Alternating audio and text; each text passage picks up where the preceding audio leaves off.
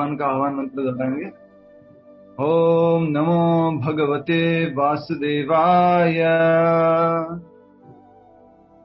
ओम नमो भगवते वासुदेवाय। ओम नमो भगवते वासुदेवाय। मुखं करोति वाचालं पंगुं लंघयते गिरिं यत्कृपातमहं वन्दे श्रीगुरुदीनतारिणं परमानंद माधवं श्री चैतन्यमीश्वरम्। हरे कृष्ण। श्रीमद् भगवद गीता अध्याय 8 भगवत प्राप्ति श्लोक संख्या 12। प्लीज दोहराइए इस श्लोक को। बैकग्राउंड हम समझ चुके हैं। भगवान विधि बता रहे हैं किस प्रकार से एक व्यक्ति अष्टांग योग के अभ्यास के द्वारा मुक्ति लाभ लेता है। श्लोक दोहराएंगे आप में से भगवती माता जी। अगर आपके पास आसपास शांति है तो माइक अनम्यूट कीजिए। बाकी लोग म्यूट रखिए। दरिया सिरवी माता जी म्यूट रखिए माइक को। भगवती माता जी अनम्यूट कीजिए ना। हरे कृष्णा प्रभु जी। सर्वद्वाराणि संयम्य मनोरिद्धि निरुध्य च मूर्धन्यात्मानः प्राणम मूर्धन आधाय आत्मान प्राणम। थोड़ा डिफिकल्ट है। मुंह र जो न वाला वो पहले आएगा, फिर धी और फिर न। र पहले आएगा। मूर्धन्य आधाय आत्मानं प्राणम। मूर्धन्य आधाय आत्मान प्राणम। आस्थितः योग धारणम। आस्थित योग धारणम। आस्थितो योग धारणाम। आस्थित योग धारणाम। यस। सर्वद्वाराणि संयम्य मनोरिद्धि निरुध्य च मूर्धन्य आधाय आत्मानः प्राणम आस्थितो योग धारणम। एक बार आप उच्चारण कर दीजिए। बहुत अच्छा। ओके। सर्वद्वाराणि संयम्य मनोरिद्धि निरुद्धय च मूर्धन्य आधाय आत्मान प्राणाम आस्थित योग धारणाम। यस, बहुत अच्छा। मूर्धन्य आधाय आत्मानः प्राणम आस्थितो अयोग धारणाम।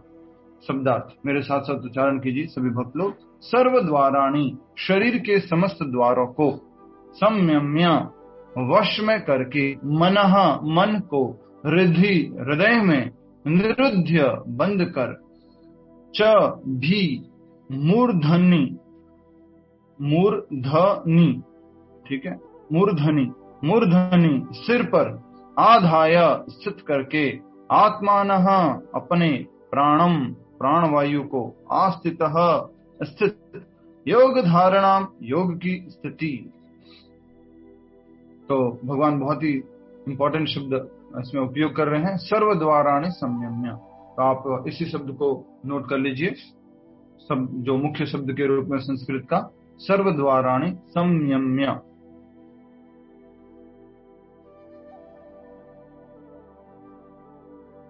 ठीक है। अनुवाद तथा तात्पर्य श्रील प्रभुपाद जी द्वारा। अनुवाद आप सभी भक्त लोग मेरे साथ साथ मेरे बाद उच्चारण कीजिए। मैं बोलता हूं, आप रिपीट कीजिए। समस्त इंद्रिय क्रियाओं से विरक्ति को योग की स्थिति योग धारणा कहा जाता है। इंद्रियों के समस्त द्वारों को बंद करके मन को हृदय में और प्राणवायु को सिर पर केंद्रित करके मनुष्य अपने को योग में स्थापित करता है। यस, बहुत सुंदर। देखिए, पहले से बता देता हूं कि ये भगवान किसके बारे में बता रहे हैं। एक व्यक्ति के बारे में जो अष्टांग योग का अभ्यास करके जो भगवान को प्राप्त कर सकता है। हम सब लोग कौन से योगी हैं? भक्ति योगी हैं। राइट, हम सब लोग हैं भक्ति योगी। भक्ति योग के माध्यम से भगवान की सेवा करके भगवत धाम में जानने की इच्छा रखते हैं। तो भक्ति योगी इतना ज्यादा डिटेल में नहीं जानते हैं इस अष्टांग योग के बारे में, लेकिन भगवान फिर भी यहाँ पर समझा रहे और हम सब लोग इसको थोड़ा सा समझने का प्रयास करेंगे कि ये कितना कठिन है और हम जो मार्ग जो पालन कर रहे हैं वो कितना सरल है और बहुत ही ज्यादा लाभ देने वाला है। अष्टांग योगी में भी परमात्मा दर्शन कर लेगा और वैकुंठ तक जाएगा, लेकिन भगवान का भक्त तो गोलोक वृंदावन धाम में भगवान की प्रेममयी सेवा में नियुक्त होता है। तो ये इसलिए हम इसको समझने का प्रयास करेंगे। सबसे पहले पूछता हूं मैं, किससे पूछूं? यस, रीमा पटेल माता जी। यहाँ लिखा हुआ सर्व द्वाराणी, शरीर के समस्त द्वारों को। तो मुख्य रूप से जो हमारे मन में कोई भी बात जाती है, ज्ञान जाती है, तो लिखा हुआ वो कौन कौन से इंद्रियां हैं। पहले इंद्रियों की बात करते हैं, द्वार की बात बाद में करेंगे। इंद्रियां कौन कौन सी जिसके द्वारा मन के अंदर ज्ञान जाता है?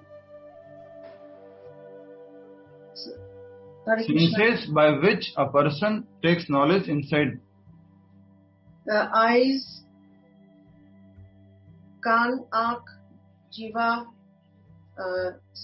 स्मेल, स्पर्श और टेस्ट। यस, तो बहुत अच्छा बताया आपने।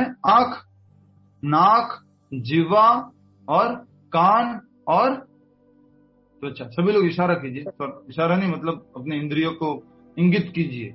ठीक है, सबसे पहले आंख, नाक, कान, जीवा और त्वचा।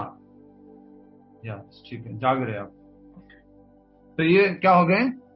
फर्स्ट क्लास में मैं ही सो रहा था ना चैंटिंग के समय जी।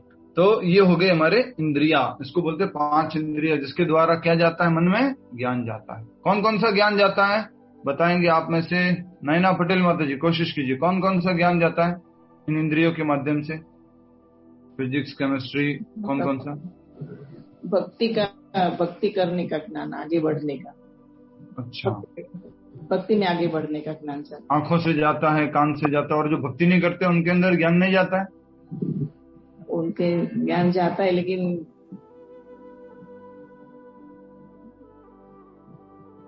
कोई भी ज्ञान जो है, कोई भी ज्ञान भौतिक, आध्यात्मिक, वो इन इंद्रियों के माध्यम से हमारे मन में जाता है। ठीक है, फिर से पूछता हूँ, प्रवीणा माता जी मदद कीजिए, कौन कौन सा ज्ञान जाता है नाक, कान, नाक, जीवा, त्वचा के माध्यम से? यस, प्रवीणा माता जी। આપણે કાનથી સાંભળવાથી કાનના માધ્યમ દ્વારા, બોલવાથી જીભના માધ્યમથી, અને આપણે ભગવાનની સેવા કરવાથી આપણે 5 कर्मेंद्रिय ज्ञानेंद्रिय विषय હું समझाવી નથી सकती, भूली गई। ठीक है, मैं भी आपको उत्तर मालूम होगा आप सबको, लेकिन समझाने में मुश्किल हो रहा होगा।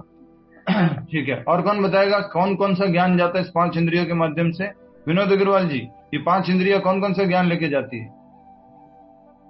सिंपल प्रश्न है, आप सबको उत्तर मालूम है जी। त्वचा के द्वारा स्पर्श, हाँ, जिह्वा के द्वारा स्वाद, हाँ, कानों के द्वारा ध्वनि, आंखों के द्वारा दृश्य जो हम देखते हैं, और नाक के द्वारा गंध। यस, बहुत अच्छा। और सरल भाषा में समझिए कि इन 5 इंद्रियों के माध्यम से हमारे मन में ज्ञान जाता है। भक्ति के अलावा भी आंखों से ऐसा थोड़ा ना भक्ति की ही आवाज चीजें देखते हैं या भक्ति की आवाज सुनते हैं, अभी भौतिक स्थिति, अभी जो हमारी स्थिति है उसके अनुसार। तो जो भी, जैसे कि जीभ से कौन सा ज्ञान जाएगा माता जी, नैना माता जी? कि स्वाद कैसा है, खट्टा है, मीठा है, तीखा है, वो ज्ञान जाएगा। वो तो कोई भी हो सकता है, जो बाहर का व्यक्ति जो भक्त नहीं है उसके भी मन में ज्ञान जाएगा। तो जीवा के माध्यम से इसका ज्ञान जाता है।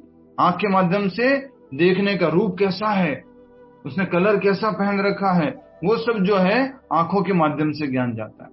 और कान के माध्यम से ध्वनि कैसी है, बहुत जोर से आ रही है, थोड़ी कम क्या कह सकते हैं, धीरे आ रही है, थोड़ा हार्ड है, सॉफ्ट है, कैसी ध्वनि है, लड़के की है, लड़की की है, पक्षी की है, वो कैसी ध्वनि है, उस कान के माध्यम से जाता है। आपने किसी को देखा नहीं, मान लीजिए आपके बेटे वगैरह बाहर पढ़ते हैं, बहुत समय से आपसे, आजकल तो रेगुलर बात हो जाती है, ठीक है, वो क्या बोलते हैं, फेस टाइम और व्हाट्सएप, तो उसके माध्यम से मान लीजिए बात नहीं होती, अचानक से बेटा घर पे आ गया और बोलता है मम्मी, मम्मी नहीं बोलना है, माता जी, तो आप क्या कहेंगे? ओह बेटा आ गया है, अभी देखा भी नहीं आपने उसको, उसकी आवाज से आपने पहचान लिया। क्यों? क्योंकि ऑलरेडी आपने ये आवाज अंदर ले रखी थी। कान के माध्यम से ये ध्वनि का ज्ञान होता है, नाक के माध्यम से गंध का, बहुत अच्छा सुगंध आ रही है, तो क्या बात है, बढ़िया हलवा बनाया, देसी घी की खुशबू आ रही है, राइट। नाक के माध्यम से किसका ज्ञान जाता है? गंध का। और त्वचा के माध्यम से सॉफ्ट है, हार्ड है, गर्म है, ठंडा है, वो त्वचा के माध्यम से ज्ञान जाता है। ठीक है, ये सब ज्ञान कहाँ जाता है भगवती माता जी?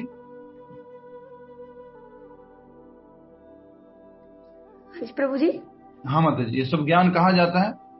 हमारे मन के अंदर। हमारे मन के अंदर। बहुत अच्छा, आपको पहले भी याद होगा, तो हम पहले भी समझ चुके हैं, मन और इंद्रिया, और इस प्रकार से हमने इसको समझा था अच्छे से। सबसे नीचे इंद्रिया होती है, उसके ऊपर मन होता है। अब बताइए जल्दी से, यहाँ पे लिखा समस्त इंद्रिय क्रियाओं से विरक्त व्यक्ति को योग की स्थिति, योग धारणा कहा जाता है। और जो समस्त द्वार बताए गए हैं, तो द्वार कौन कौन से हैं शरीर में? कितने द्वारों का इस शहर बोला गया है इस शरीर को? 9 द्वारों का। 9 द्वारे पूरे देही, 9 द्वारों वाला ये शहर है। कौन? ये जो हमारा गुड़गांव है, इसमें 9 गेट्स बने हुए हैं। शरीर है, शरीर, इस शरीर में 9 द्वार हैं। जैसे 2 ये नाक वाले, 2 आंख वाले, 2 कान, कितने हो गए? 6, और 1 7 मुंह का ये द्वार, जो सबसे ज्यादा उपयोग करते हैं हम, खाने में, बोलने में बहुत ज्यादा इसका उपयोग करते हैं। और इसी प्रकार से एक गुदा द्वार और एक मल, क्या बोलेंगे उसको, यूरिनल द्वार। ठीक है, तो इस प्रकार से टोटल कितने हो गए? 9 द्वार। तो इस प्रकार से कहा जा रहा है कि समस्त इंद्रिय क्रियाओं से विरक्ति को योग की स्थिति, योग धारणा कहा जाता है। इंद्रियों के समस्त द्वारों को बंद करके, देखिए समझने में कितना मुश्किल लग रहा है। भक्ति में बोला जाता है क्या आपको? चैंटिंग में बोला जाता है क्या? सारे द्वारों को बंद करके, और फिर आप माला हाथ में लेंगे, और माला हाथ में लेकर के सीधा एकदम बैठेंगे, और उसके बाद में आधी आंख खुली होगी, आधी बंद होगी, और उसके बाद में फिर आप एक एक मोती पर हरे कृष्ण महामंत्र बोलेंगे। ऐसा कुछ बोला जाता है भक्ति में? ये सुनने में इतना डिफिकल्ट लग रहा है कि सब इंद्रिय क्रियाओं को नियंत्रित करके, योग धारणा में स्थित होकर के, इंद्रियों के समस्त द्वारों को बंद करके। अच्छा, अब इंद्रिय द्वारों को बंद करने से क्या मतलब है? ध्यान से सुनिए, माइक वीडियो ऑन रखिए सभी लोग। तो इंद्रिय द्वारों को बंद करने से क्या मतलब है? आंख से कुछ देखना मत, कान से कुछ सुनना मत, बस अंदर ही तुम स्थित हो जाओ। ऐसा संभव है क्या? आंख से हम देखे ही नहीं, कान से कुछ सुने ही नहीं, ऐसा संभव नहीं है। तो यहाँ पर कहा जा रहा है कि समस्त इंद्रियों को, द्वारों को बंद करके तथा मन को हृदय में स्थित करके। अब मन कहाँ पर स्थित था पहले? इंद्रियों में। हरे कृष्णा, समझने का कोशिश कीजिए, ये भी थोड़ा समझना जरूरी है, भक्ति में थोड़ा थोड़ा काम आता है। जब चैंटिंग करते तो मन किस में स्थित हो जाता है? इंद्रियों में स्थित हो जाता है। हरे कृष्ण कृष्ण कृष्ण हरे हरे, हरे राम राम राम। कल पत्ता गोभी की सब्जी बनाई थी। हरे कृष्ण कृष्ण कृष्ण हरे हरे, हरे राम। आज तो ठीक है, पनीर बना सकते हैं। हरे कृष्ण कृष्ण कृष्ण हरे हरे। तो मन किसमें लगा हुआ है? अभी इंद्रिय में लगा हुआ है। मन अंदर की तरफ स्थित नहीं हुआ है, हृदय की तरफ स्थित नहीं हुआ है। तो भक्ति में भी ये बहुत आवश्यक बात बताई जा रही है। तो हृदय में और प्राण वायु को सिर पर केंद्रित करके मनुष्य को अपने योग में स्थापित करता, मनुष्य अपने आप को, अपने को योग में स्थापित करना, ये अष्टांग योग की बात हो रही है। प्राण वायु को कहां पर लेके आता है? यहाँ ब्रह्मरंध्र तक, या सॉरी, यहाँ पर क्या बोलते हैं इसको, दोनों भवों के मध्य कौन सा चक्र होता है? आज्ञा चक्र में लेके आता है। तो प्राण वायु जिसके द्वारा सारी इंद्रियां काम करती है। इंद्रियों को शक्ति किससे मिलती है? उस प्राण वायु से। आप सभी ने जेसीबी देखी है? जेसीबी जो जेसीबी मशीन, हाँ वही जी वही जेसीबी जो मशीन होती है, वो सारी हवा के माध्यम से काम करती है, हवा के प्रेशर से। जो भी कुछ भी उठता है उसका हिलता डुलता इधर उधर होता है। वैसे हमारी इंद्रियां सब किसके माध्यम से काम कर रही है? अंदर प्राण वायु उस कारण से कार्य कर रही है। तो कहा जा रहा है कि प्राण वायु को सिर पर केंद्रित करके, क्योंकि इंद्रियों से मन को क्या कर दिया है? हटा दिया है। नैना माता जी, कहाँ नैना लगा रखे आपने? तो इंद्रियों को, मन को इंद्रिय विषयों से क्या कर लेता है? वो हटा लेता है। तो अब उस प्राण वायु का क्या होगा? तो प्राण वायु को दोनों आंखों के मध्य भुआ में स्थित करता है, फिर वो ध्यान साधना में बैठता है। ठीक है, ये किसके लिए बताया जा रहा है? अष्टांग योगी को। तो आज आप सभी लोग कोशिश करेंगे इसकी, प्राण वायु और इंद्रिया और मन केंद्रित कर लो। बड़ा मुश्किल है ये अष्टांग योग पद्धति। आगे देखिए, अब तात्पर्य में हम आगे बढ़ते हैं। तो सीधा सीधा हरि बोल। जयलक्ष्मी माता जी कहाँ बात कर रहे हैं आप? अभी आया हूँ यात्रा से, तो थोड़ा उसी हिसाब से बात करने दीजिए, थोड़ा आराम से रहिए। नहीं ठीक है प्रभु जी। ठीक है, तो हम क्या बात कर रहे थे? सरल भाषा में इसका अनुवाद को समझा देता हूँ। एक अष्टांग योगी अपनी इंद्रियों को इंद्रिय विषयों से दूर करता है, फिर अपने मन को इंद्रियों से दूर करता है और किसमें लगा देता है? हृदय में स्थित कर देता है। हृदय में किसका ध्यान करता है? वो परमात्मा का। प्राण वायु को दोनों भुवों के मध्य में स्थित करता है। इस प्रकार से वो योग में स्थित होता है। ये किसकी क्रिया हो गई? अष्टांग योग की क्रिया। ठीक है, आइए तात्पर्य छोटा सा, क्योंकि हम श्लोक संख्या 13 भी करने की कोशिश करेंगे। इस श्लोक में बताई गई विधि से योगाभ्यास के लिए सबसे पहले इंद्रिय भोग के सारे द्वार बंद करने होते हैं। आंखों से कुछ देखो मत, कान से कुछ सुनो मत, जिह्वा से कुछ स्वाद मत लो, नाक से कुछ सूंघो मत, त्वचा से कुछ स्पर्श मत करो। जो इंद्रिय भोग की जो भी अपने को लगता है, तो क्या कहा जा रहा है? इंद्रिय भोग के सारे द्वार बंद करने होते हैं। सेंस ग्रेटिफिकेशन स्टॉप, सबसे पहले अष्टांग योग में। इसको क्या कहते हैं वो भी बताएंगे। बंद करने होते हैं। यह प्रत्याहार अथवा इंद्रिय विषयों से इंद्रियों को हटाना कहलाता है। इंद्रिय विषय क्या है और इंद्रिया क्या है, उसका उत्तर देंगे ललिता गुप्ता माता जी, जयपुर से हमारे साथ जुड़े हुए हैं ऑनलाइन। यस, कौन बनेगा डिवोटी में, आपसे ये प्रश्न है, उत्तर दीजिए। ललिता गुप्ता माता जी, कौन बनेगा डिवोटी का ये अगला प्रश्न आपके सामने।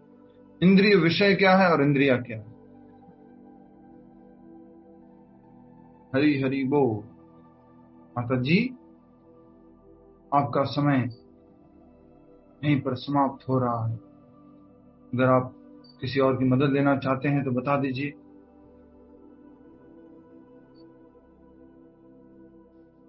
कुछ तो बोलिए माता जी, तुम आगे बढ़े। मुझे ध्यान नहीं है। हाँ, इंद्रिय और इंद्रिय विषय कुछ नहीं मालूम, दोनों में से एक भी नहीं मालूम। इंद्रिया क्या होते हैं, इंद्रिय विषय क्या होते हैं, दोनों में से एक भी प्रश्न का उत्तर नहीं मालूम है। जी इंद्रिय तो 5 होती है। हाँ, कौन कौन सी होती है? नेत्र, कान, नाक, जीभ तथा स्पर्श। हाँ, तो ये हो गए इंद्रिया। और इंद्रिय विषय क्या हो गए? जो इनके माध्यम से जिसको देखते हैं, जिसको सुनते हैं, जिसको खाते हैं, वो इंद्रिय विषय हैं। और इस बात को तो हम पिछले कई क्लासेस से समझते आ रहे हैं, आज भी इसी बात को समझ रहे हैं, और इससे आगे भी तो हमें बढ़ना है, नहीं बढ़ना, यहीं तक रहना है। इंद्रिया इंद्रिय विषय, इंद्रिया इंद्रिय विषय बहुत इंपॉर्टेंट है, लेकिन इससे आगे भी बढ़ना है। इंद्रिय विषय क्या हुआ? आंखों के लिए रूप, अभी अभी हमने सुना था, अभी थोड़ी देर पहले। आंखों के लिए रूप, कानों के लिए ध्वनि, जीभ के लिए स्वाद, और नाक के लिए गंध, और त्वचा के लिए स्पर्श। ये इंद्रिय विषय है। इंद्रिया क्या हो गई? ये इंद्रिया जो हमारे ये आंख, कान, नाक, जीवा, त्वचा, ये इंद्रिया है। इंद्रिय विषय जिसके माध्यम से हम जिसको हम देखते हैं, इंद्रियों के माध्यम से जो हम देखते, सुनते, खाते, जो स्वाद लेते हैं, वो इंद्रिय विषय हो गए। ठीक है, आंखों के लिए रूप, कान के लिए ध्वनि, जीवा के लिए स्वाद, और त्वचा के लिए स्पर्श, और नाक के लिए गंध। क्लियर है? ठीक है, आगे बढ़ते। तो अष्टांग योग में 8 प्रोसेस होते हैं। कौन बता सकता है अष्टांग योग के 8 प्रोसेस? अष्टांग योग में 8 भाग होते हैं। 1, 2, 3, 4, 5, 6, 7, 8। भूमिका महाजन माता जी बताएंगे 8 अष्टांग योग के प्रोसेसेस। यस, सभी लोग वीडियो ऑन करके बैठिए प्लीज। प्रभु जी मेरे को एग्जैक्ट याद नहीं है। यम नियम प्राणायाम प्रत्याहार यम नियम। हरे कृष्ण प्रभु, मैं बोलूं? नहीं, पूरे नहीं प्रभु जी, मुझे याद पूरे याद नहीं है। ठीक है, गीता श्री डी, यस बोलिए। यम नियम आसन प्राणायाम प्रत्याहार ध्यान धारणा समाधि। आपका परिचय क्या है? पहली बार सुन रहा हूँ आपका नाम। गीता श्री। हाँ, गीतिका बोस प्रभु। अच्छा, गीतिका बोस माता जी। आपका दीक्षा हो चुका है मैंने सुना है जी। बहुत बहुत विशेष कृपा है, प्रभुपाद जी का विशेष आशीर्वाद है। आपका क्या नाम है? दीक्षित नाम? गीताश्री देवीदासी। गीताश्री देवीदासी माता जी की जय। हरि बोल। ठीक है, तो माता जी से मिलेंगे अगर समय रहा तो क्लास के बाद। माइक म्यूट कर सकते हैं। तो यम नियम प्राणायाम प्रत्याहार धारणा ध्यान समाधि, कुछ रह गया क्या? आसन रह गया। इम्पोर्टेंट तो रह गया, आसन ही रह गया। आसन ही छोड़ दिए तो कैसे चलेगा? यस, तो अच्छा लगा आपको याद है। तो सबसे पहले है यम, मतलब कि जो कार्य नहीं करने, नियम मतलब कि जो कार्य करने हैं, और उसके बाद प्राणायाम जो ये हम, अच्छा उसके बाद क्या होता है? यम नियम आसन यम नियम आसन प्राणायाम प्रत्याहार ध्यान धारणा और समाधि। ठीक है, इसके डिटेल में नहीं जाएंगे क्योंकि हम पहले भी इसको बार बार समझ चुके हैं और हमारे अभ्यास का भाग भी नहीं है। तो कहा जा रहा है ये अष्टांग योग होता है, और अष्टांग योग में एक होता है प्रत्याहार। प्रत्याहार में क्या करना होता है? मन इंद्रियों को इंद्रिय विषयों से दूर कर देना होता है। सेंसेस और सेंस ऑब्जेक्ट, इंद्रिय विषयों को इंद्रियों से दूर कर देना, अर्थात कि इंद्रिय विषयों में नहीं लगाना होता है। आंखों को भोग में, कानों को मतलब आंखों को भौतिक चीजों को देखने में, कानों को भौतिक चीजों को सुनने में, जीवा को भौतिक स्वाद लेने में नहीं लगाना है। तो इसको बोलते हैं प्रत्याहार। इसमें ज्ञान इंद्रियों नेत्र कान जीभ तथा स्पर्श को पूर्णतया वश में करके उन्हें इंद्रिय तृप्ति में लिप्त होने नहीं दिया जाता। समझ गए ना? इनको ज्ञानेंद्रिया बोलते हैं। कर्मेंद्रिया किसको बोलते हैं? कोई बता सकता है कर्मेंद्रिया किसको बोलते हैं? ये तो ज्ञानेंद्रिया हो गई, कर्मेंद्रिया किसको कहा जाता है? हाथ पैर हाँ बोलिए, आप पूरा बोलिए। पहले पूछा करो कि क्या मैं बोल सकती हूँ या फिर यस मत बोलिए। हाथ, दोनों हाथ पैर, हाँ जन्नेन्द्रिया, हाँ ठीक है, आपको शायद याद है, बट दोनों हाथ की जगह 5 इंद्रिया है तो 2 हाथ हो गए, 2 4 हो गए तो 5 ऐसे पूरे हो जाएंगे। हाथ पैर, कौन बताएगा? वंदना बारोट माता जी कोशिश करेंगे। 5 इंद्रिया कौन कौन सी है? कर्मेंद्रिया। नहीं प्रभु जी, यही हाथ और पैर, बस 2 ही है। पेट और ठीक है, भूख लगती है यस पूनम गर्ग माता जी। प्रभु जी हाथ पैर मुंह एनस एंड जेनिटल्स। ठीक है, ये 5 हो गई कर्मेंद्रिया। ठीक है, 5 जनेन्द्रिय, 5 क्या हो गई? कर्मेंद्रिया। ठीक है, क्या क्या हो गए? नहीं समझ में आया तो फिर बोल रहा हूँ, ध्यान से समझिए। 5 ज्ञानेंद्रिया हमने पहले ही समझ चुके हैं। कौन कौन सी है?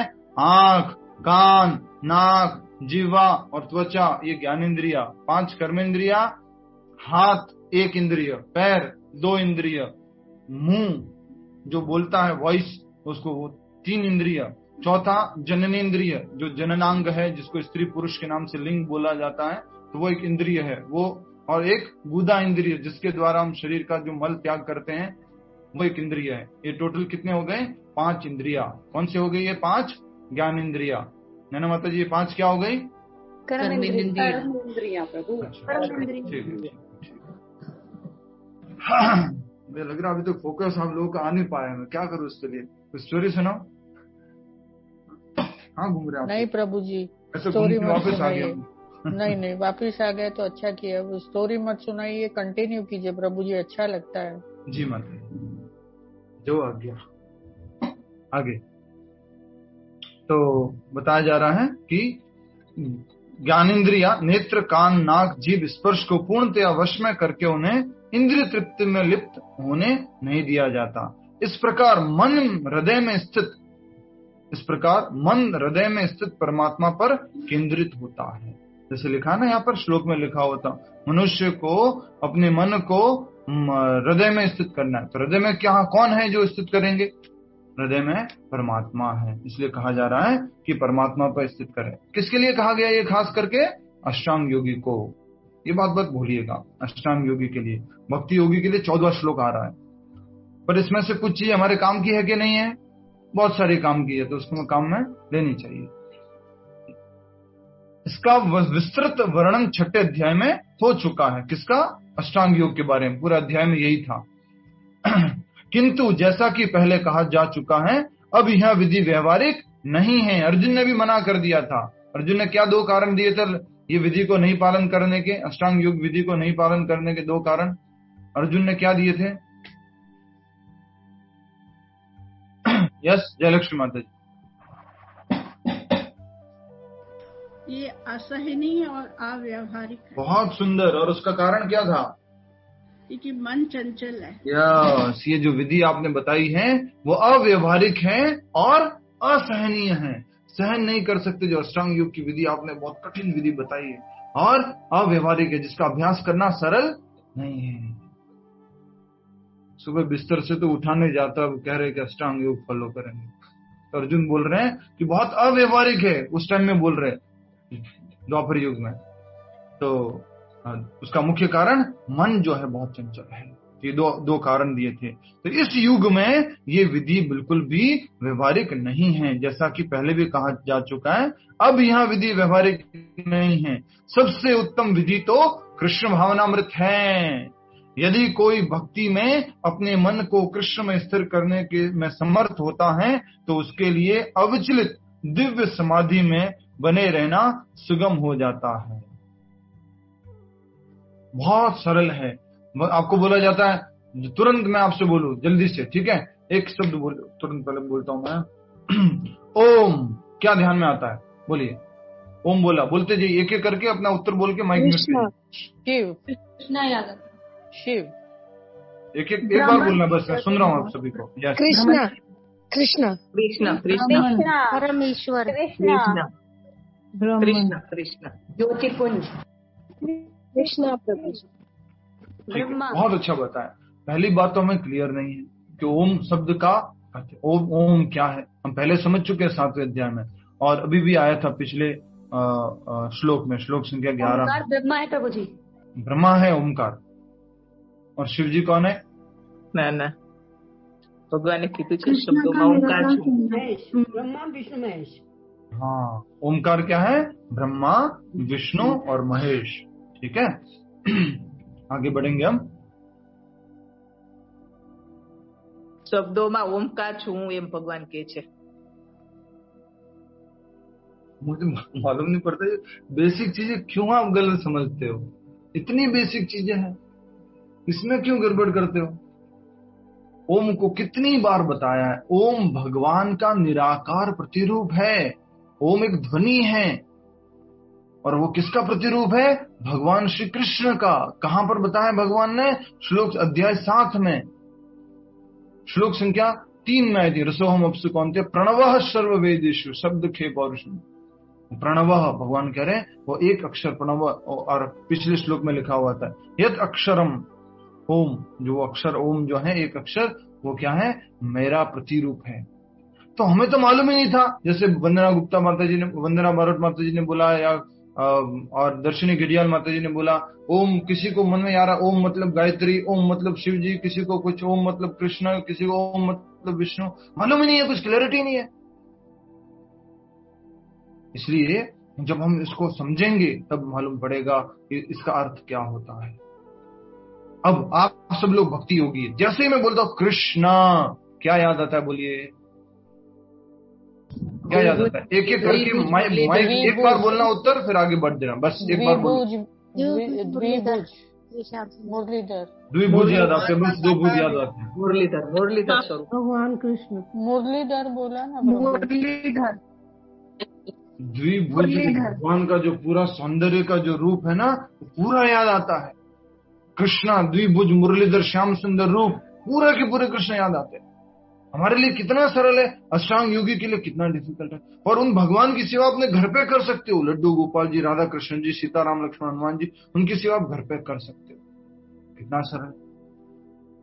लेकिन प्रभु जी ओम का प्रयोग तो हम ओम नमः शिवाय में भी करते हैं, ओम भगवती देवी भी करते हैं। हर एक मंत्र के आगे ओम आएगा ही आएगा। ओम लगाते हैं, ओम लगाते बिना हैं। भगवान के, कृष्ण के कोई भी मंत्र की शुरुआत नहीं हो सकती, कोई भी मंत्र हो। इसलिए किसी ने व्याख्या इस प्रकार से की है, ओम मतलब भगवान श्री कृष्ण, नमः मतलब मैं प्रणाम करता हूं, शिवाय मतलब मैं शिव। ठीक है। तो बात कर रहे थे हम, किंतु जैसा कि पहले कहा जा चुका है, अब यह विधि व्यवहारिक नहीं है। सबसे उत्तम विधि तो कृष्ण भावनामृत है। क्या करना है उसमें? जल्दी उठना है, स्नान करना है और मंगला आरती करनी है, फिर उसके बाद तुलसी पूजा, नरसिम्हा आरती, फिर नाम जप करना है, उसके बाद भगवान का श्रृंगार करना, अभिषेक करना, और उसके बाद में फिर दर्शन आरती करनी है। उसके बाद में भगवान को भोग लगाना है, भागवतम सुननी है, भगवद गीता पढ़नी है, और उसके बाद में बढ़िया से प्रसाद पाना है। कैसा प्रसाद हो? बढ़िया से प्रसाद हो, कोई दिक्कत नहीं है। पर होना क्या चाहिए? महाप्रसाद। ऐसा नहीं हो क्या बात है, बढ़िया बनाया है, तो ठीक है, अच्छी बात है, लेकिन वो अगर भोग है तो हमें क्या करेगा? बांधेगा, कर्म बंधन में लगाएगा। याद रखिएगा। ठीक है। यदि कोई भक्ति में अपने मन को कृष्ण में स्थित करने में समर्थ होता है, अगर कोई मन अपना भक्ति में भगवान कृष्ण में लगा लेता है, किसके द्वारा? क्या क्या विधि है भक्ति में मन लगाने की? ऋतु प्रभाकर माता जी जल्दी से बताइए, मन को भक्ति में लगाने की क्या क्या विधि है?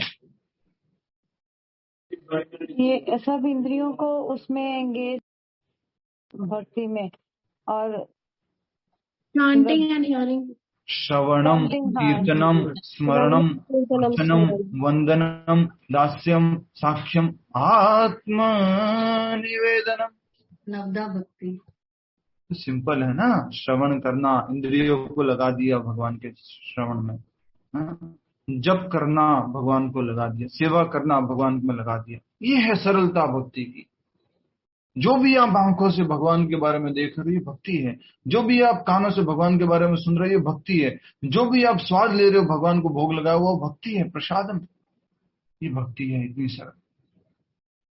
अलग से कुछ नहीं करना, जो डेली के कार्य है उसी में बस कृष्ण आ जाने हैं।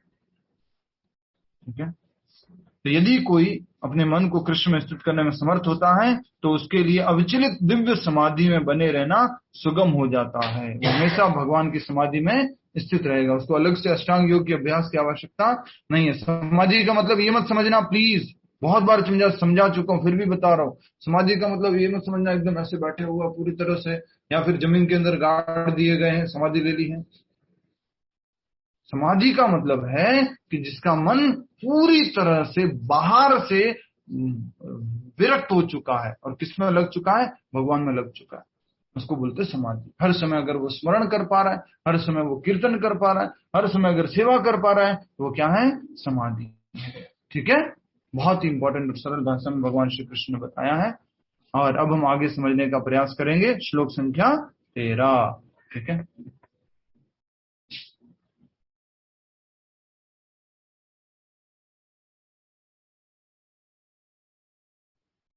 श्लोक संख्या 13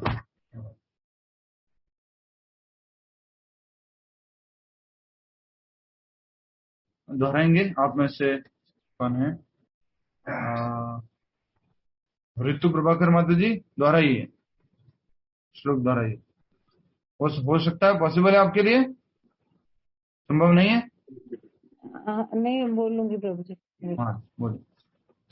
ओम इत्येकाक्षरं ब्रह्म, ओम इत्येकाक्षरं ब्रह्म, व्यवहारन् मानुस्मरन्, व्यवहारन् माम् अनुस्मरन्, यः प्रयाति त्यजन् देहम्, यः प्रयाति त्यजन् देहम्, स याति परां गतिम्, स याति परामं गतिम्। ओम इति एकाक्षरं ब्रह्म, ओम इति एकाक्षरं ब्रह्म, व्यवहारन् माम् अनुस्मरन्, व्यवहारं माम् अनुस्मरम्। यः प्रयाति त्यजन् देहम् यः प्रयाति त्यजन् देहम् सह याति परमां गतिम्। सः याति परमां गतिम्। ठीक है, समय का ध्यान रखते हुए हम सब लोग अब साथ में उच्चारण कीजिए शब्दार्थ को।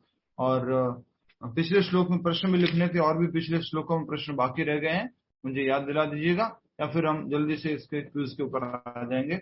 शब्दार्थ ओम, ओमकार इति, इस तरह, एक अक्षरम, एक अक्षर, ब्रह्म पर ब्रह्म का, व्यवहारन उच्चारण करते हुए, माम मुझको कृष्ण को, अनुस्मरण स्मरण करते हुए, यह जो प्रयाति जाता है, त्यजन छोड़ते हुए, देहम इस शरीर को, सह वह, याति प्राप्त करता है, परमाम परम, गति गंतव्य लक्ष्य।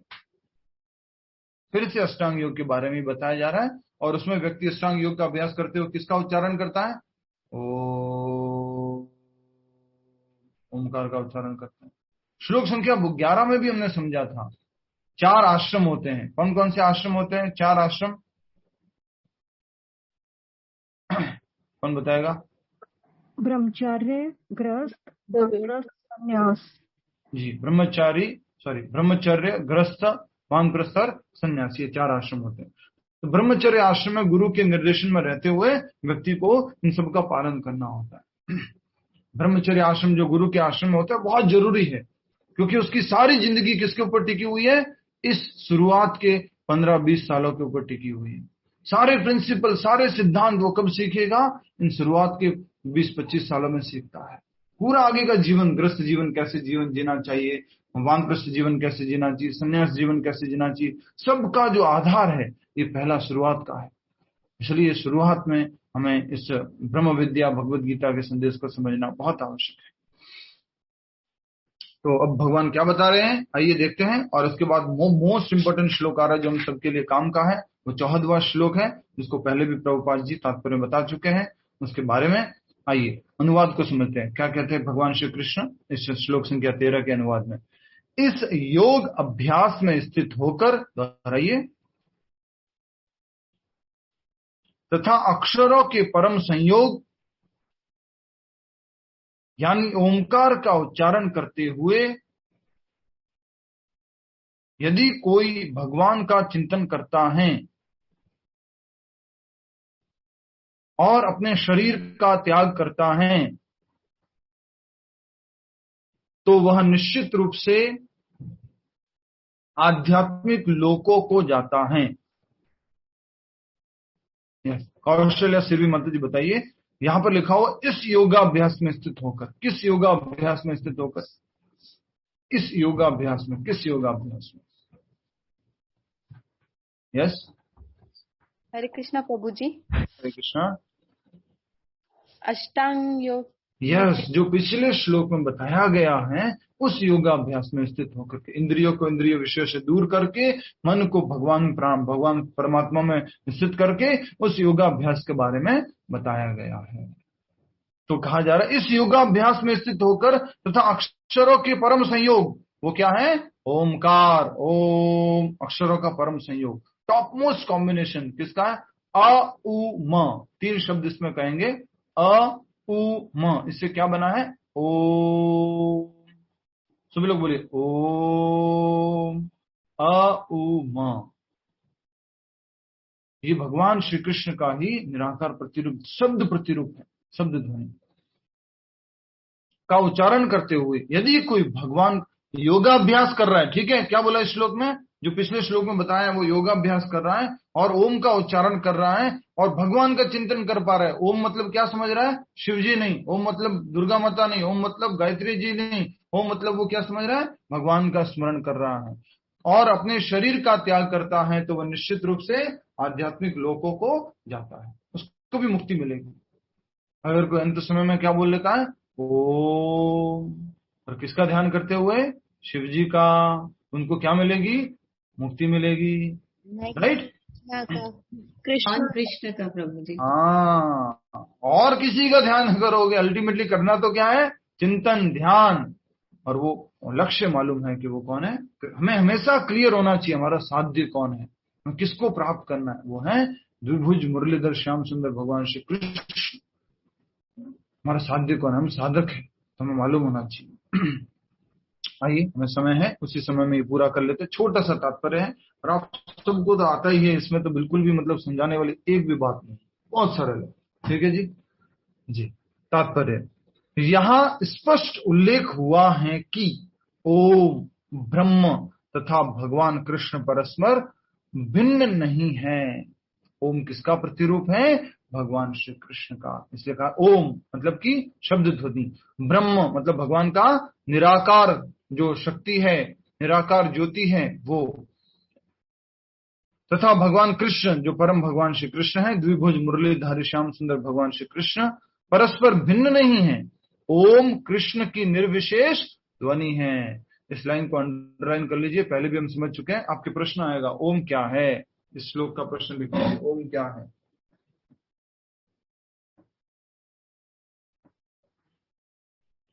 ओम क्या है? ओम कृष्ण की निर्विशेष ध्वनि है। निर्विशेष ध्वनि क्या होती है? शची गुप्ता माता जी, देखिए ना, आप सब लोग थोड़ा ध्यान देंगे तो एक बार अगर आप समझ गए ना निर्विशेष शब्द क्या होता है तो परेशान नहीं होंगे। एक बार भी अच्छे से समझते नहीं है तो बार बार जब शब्द आता है तो आकार नहीं है। हरे कृष्णा प्रभु जी, आकार नहीं है। निराकार ब्रह्म ज्योति को बोलते हैं। निर्विशेष मतलब कोई विशेषता नहीं है, वो एक आकार नहीं है उसका, निर्विशेष। हम सब लोग किससे भरे हुए हैं? विशेषताओं से भरे हुए। भगवान किससे भरे हुए? अनगिनत विशेषताओं से भरे हुए। भगवान की जो निराकार ब्रह्म ज्योति है वो क्या है? उसमें विशेषताएं नहीं है, अर्थात कुछ कह सकते हैं वो एक ज्योति है बस, और उसमें कुछ विशेषता नहीं। तो कहा जा रहा है कि यहाँ पर स्पष्ट उल्लेख हुआ है कि ओम ब्रह्म तथा भगवान परस्पर अभिन्न है। ठीक है, मैंने पहले शब्द को सही कर दिया, अभिन्न है, अलग अलग नहीं है। ओम कृष्ण की निर्विशेष ध्वनि है, लेकिन हरे कृष्ण में यह ओम सन्निहित है। हरि बोल, हरि बोल, हरि बोल। बोलिए एक बार, हरि बोल, हरि बोल, हरि बोल। हरे कृष्ण महामंत्र में कौन निहित है? सन्निहित। क्या है? ओम। इसलिए अलग से आपको ओम का अभ्यास भगवान को प्राप्त करने के लिए आवश्यकता नहीं है। आजकल भी ओम का लोग अभ्यास करते हैं। किसके लिए करते हैं? हमारे ऋषिकेश में और मैसूर में और भी जगह बहुत ज्यादा जहाँ पे अष्टांग योग की क्लासेस होती है। और ओम का अभ्यास किसके लिए करते हैं? बस वो ध्यान केंद्रित करने के लिए, मेडिटेशन थोड़ा सा, उसके लिए ओम का अभ्यास करते हैं। कोई लक्ष्य नहीं है भगवान वगैरह, भगवान मिलेंगे। अरे आप ठीक है, पहले मेरे को भी शरीर ठीक करना है, स्वस्थ रहना है, वो इम्पोर्टेंट है, राइट।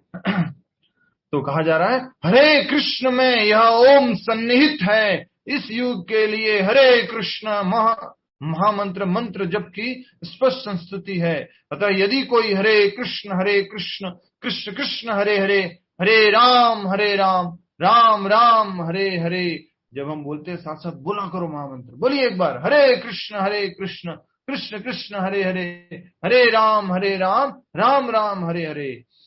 इस मंत्र का जप करते हुए शरीर त्यागता है। तो भक्ति योगी को क्या नहीं करना है? ऐसे करने की आवश्यकता नहीं है।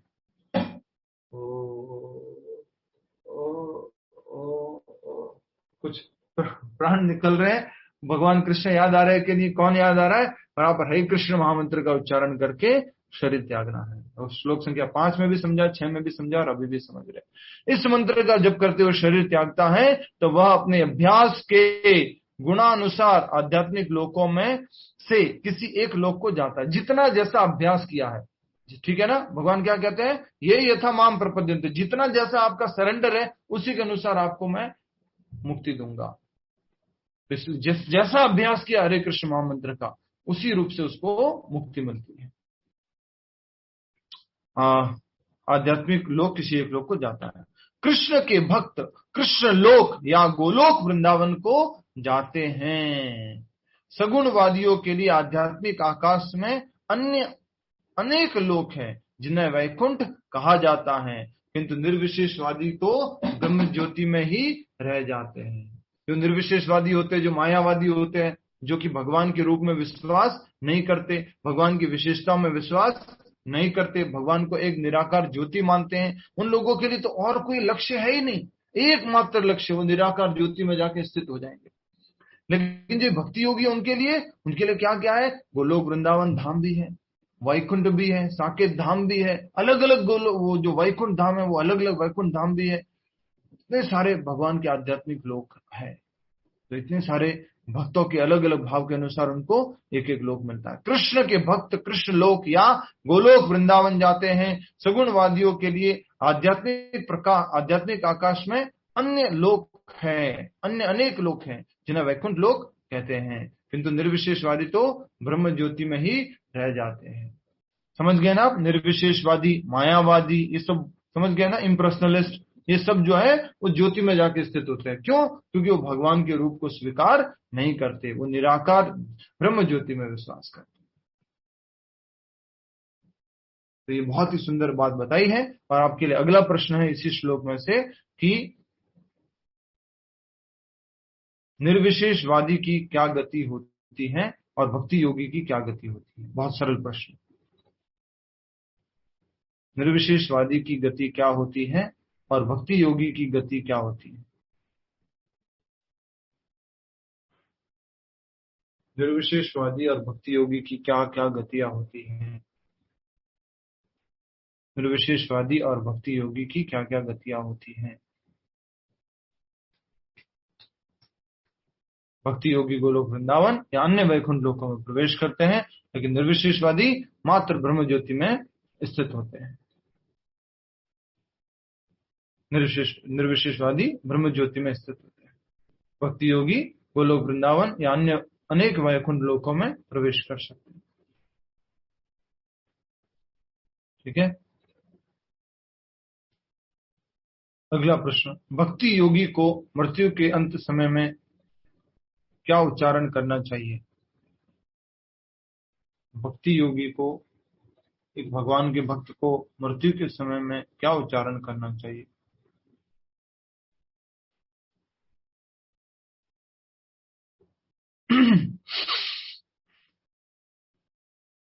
भगवान के भक्त भक्ति योगी को मृत्यु के समय क्या उच्चारण करना चाहिए। क्या उच्चारण करना चाहिए प्रमोद कुमार जी। हरे कृष्ण महामंत्र का जाप। हरे कृष्ण कृष्ण कृष्ण हरे हरे, हरे राम राम राम। ठीक है, हम सब लोग भक्ति योगी है, पर हमें मालूम नहीं है इस समय कितना है हमारे पास। ऑलरेडी 4:05 हो चुकी है। उसी प्रकार से हमारा समय हर दिन ऐसे समाप्त होता है, वैसे जीवन समाप्त हो ही जाता है। इसलिए हमें हर समय क्या करना है, अभ्यास करना है। किसका? हरे कृष्ण महामंत्र का। ठीक है, कोशिश करते हैं हम सब लोग जप करने की।